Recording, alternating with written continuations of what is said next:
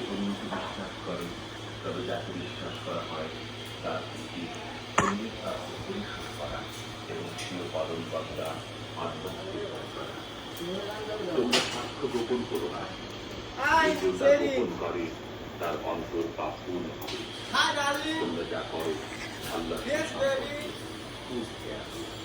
لله ما في السماوات وما في الأرض وإن تبدوا ما في أنفسكم أو تخفوه فيغفر لمن يشاء